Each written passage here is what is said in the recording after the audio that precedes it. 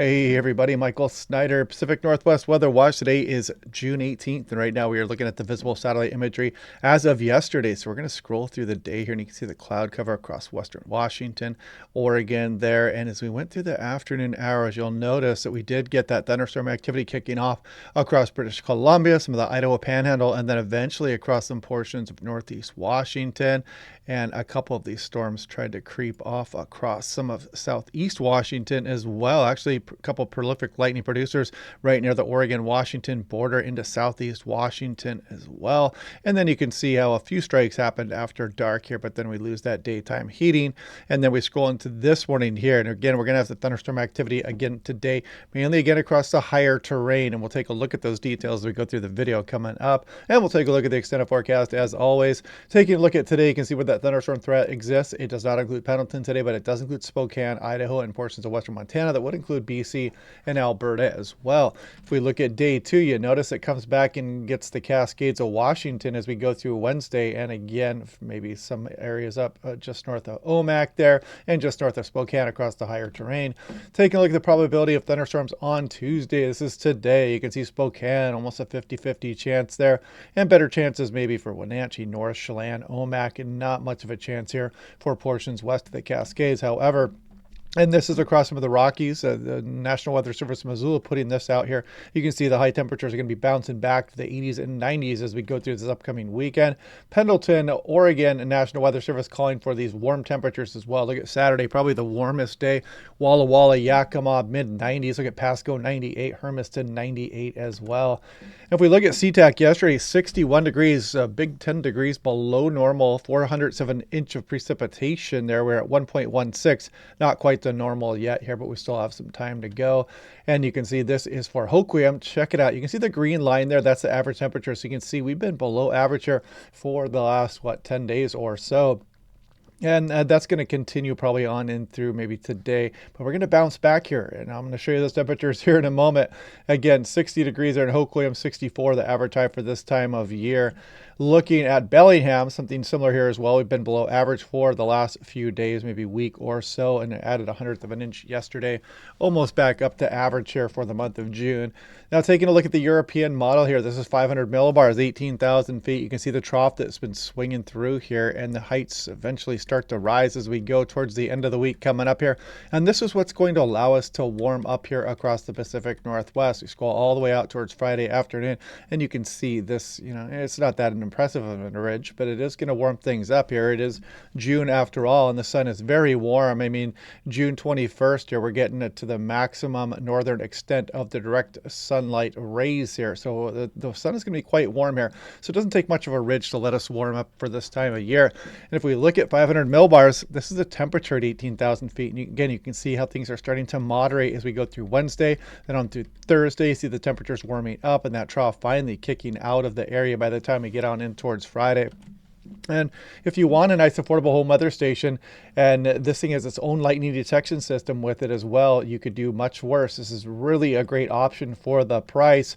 Click on that link down below if you want to save 10% off. You can click on these individual parameters. It tells you when it starts raining at your house. Got a nice widget for your smartphone where you can just glance and see the temperature there. So highly recommend this station, and this is what it looks like right there. So taking a look at the European, as we scroll through the day to day, you'll see that we do have that thunderstorm potential here across some of the areas. It doesn't even rule one out across the Cascades here today as well. And then as we go through Wednesday, you'll notice that probability increase there a bit across some of the Cascades of Washington and some of southwest BC, even the higher terrain. You can't rule out a thunderstorm there. Better chances probably a little bit further east as we go. And Thursday afternoon, we're going to kick off some chances here one more time across the region. By the time we get towards Friday, you'll notice that activity really starts to push off to the east, including western Montana and portions off to the east here, and largely non-existent across BC, Washington, and Oregon. If we take a look at the North American model today, it's what the Doppler radar may look like as we go through the day today. Again, you can kind of see a couple showers across the Cascades, northeast Washington, probably not getting too far out across the lowlands. And I may actually do a dust devil chase tomorrow. And I was thinking about just live streaming the entire day because I may not put out a forecast tomorrow if I leave early in the morning to get out there to try to do some dust devil viewing for tomorrow. It should be nice clear skies out there and light winds, and that's really what you need. you can have some of these chillier temperatures. I mean, the highs probably only get into the lower 80s here. You might think, oh, you want to get the warmest temperatures possible, but it's all about that low level lapse rate and the light winds out there. So I may go out there and take a look at that. Would be the first double chase of the year. And as we scroll on in through Thursday, you can see the NAM does show a few showers trying to stir up here as we go through the afternoon hours. We'll revisit that again as well. Taking a look at composite reflectivity on the HRR, the high resolution rapid refresh. As we go through the day today, it's actually painting a little bit more of a rainy picture here for places like Lake Chelan, up across the higher terrain of British Columbia, east slopes of the Cascades as we go through the day today. And you see that it doesn't really kick up too much across the Cascades Wednesday. Some of the North Cascades off to the west of Omak there and north of Lake Chelan as we go through tomorrow afternoon. Taking a look at the European, so you can see the troughing here and the scheduled showers for the next few days, but then we start to dry out as we get towards Friday. But then as we go through Sunday here, we have this next system rolling in that's going to bring our temperatures back down as we go on into the June 22nd, 23rd time frame here, and then we'll see what comes after that. Actually, we're going to take a look at those temperatures here right now, though. You can see today bouncing back some of these temperatures here. Western portion, southwest BC up towards 70. Here we go for tomorrow. Definitely warming up here. You can see some mid 80s across some of the Willamette Valley. Get Seattle trying to get up towards 80 degrees. Thursday, 81 for Seattle, 90 for Portland, maybe some 90s east of the Cascades. Look at Friday, probably peaking here for a lot of areas. Again, some 90s and some mid 80s showing up for Western Washington. So, yeah. Probably going to see a lot of white pasty legs out there out in some of the metropolitan areas with the nice weather here and people getting their first, some people getting their first taste of the sun so far this year. And if we look off towards this weekend, you can see the temperatures really crash. We go through Sunday and Monday, 69 on Monday. So yeah, dropping things back down here and we'll see what comes after that. If we look at the temperatures at 5,000 feet, you can clearly see this troughing that we've been dealing with here, bringing us our showery activity. And you can clearly also see the warm up here as we go through the end of the week. But then the next trough starts rolling through as we go through the early portion of next week. And then we have kind of a ridge building across some of the southwest USA down here.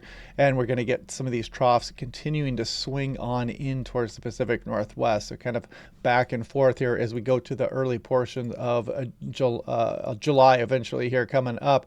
So yeah, it's getting that time of year. We're starting to close in on the 4th of July here, looking at it June 18th now. So Seattle, Tacoma, you can see today, tomorrow, Thursday, Friday, warming up. Maybe one more warm day on Saturday before we drop back down with that next system rolling in here. And you can see precipitation chances do reemerge as we go on in through the upcoming weekend here. We'll see how that trends though. At Portland International, something similar to Seattle. Snoqualmie Pass, you could see an afternoon shower or a thunderstorm here, especially as we go on in through the day Wednesday. And then you can see that potential for some more precipitation as we go through later portions of the weekend. Here's the 6 to 10 day. You can see the Pacific Northwest, the only portion of the lower 48 there with some below average potential with the big heat coming here June 23rd to 27th and above average precipitation in the same time frame there as well. But this does include some portions of Oregon, Idaho, and Montana there with some below average precipitation. Now we also have this fire danger ongoing. This is going to kick up here as we go through the weekend. That system's going to roll through here and we're going to start kicking some of those gusty westerly winds. So you can see some elevated fire risk. NW6 there, that would include Bend, Oregon, and NW10 that includes places like Ritzville, Moses Lake, Yakima, the Tri-Cities, and Spokane. And that would be for Sunday. Taking a look at some of the active fires ongoing right now, and just a heads up, if you want to go ahead and Google this, Northwest Interagency Coordination Center, you can check this out yourself. You can click on these individual icons here and get more information here. This is the Pioneer Fire update as of yesterday, and they give a nice discussion with it as well. And you can see there's a smoke outlook. You can see Chelan not doing too hot right now, but some areas not doing too bad. The air quality index is not too bad right now. But anyway, yeah, so I may go out there and do a dust devil chase here as we go through this upcoming week here, and I'll try to just live stream it. Maybe you guys can just ride along. If I don't do a briefing, I mean, why not? If you want to go ahead and check it out and see what a dust devil chase is like here across eastern Washington. It's a little bit tricky because there was some rainfall that came through yesterday, so I'm hoping it didn't wet down some of the fields too much here, but we should dry out a little bit more today, and then tomorrow some strong sunshine will be ongoing out there and some light winds. But anyway, also if I put this into motion, you can see this eddy right off of Vancouver Island. They're always interesting to look at some of these small scale features here on the GOES 18 satellite imagery, but it looks like it's starting to break out across some portions of western Washington, a lot of the Willamette Valley. Getting some nice sunshine this morning also, so get out there and enjoy that. We're going to be warming up quite nicely here as we go through Friday and Saturday as well, so enjoy that also. But it's, Pacific Northwest, and we're going to have some more systems roll through here, it looks like, at the end of the month. And as we go on in through the early portion of July, we'll make sure to break that down day by day. But otherwise, again, a shout out to all the people who monetarily support this channel, my members. You can click that join button down below if you want to do so. And if you want to click subscribe and like, those are both free. So anyway, hope you guys are having a good day. We will do this again maybe tomorrow. If I don't go dust devil chasing, of course, I'll put out the briefing. But if not, join along with me for the live stream if I go out there to Eastern Washington. So anyway, hope you guys are doing well today, and I will talk to you guys tomorrow.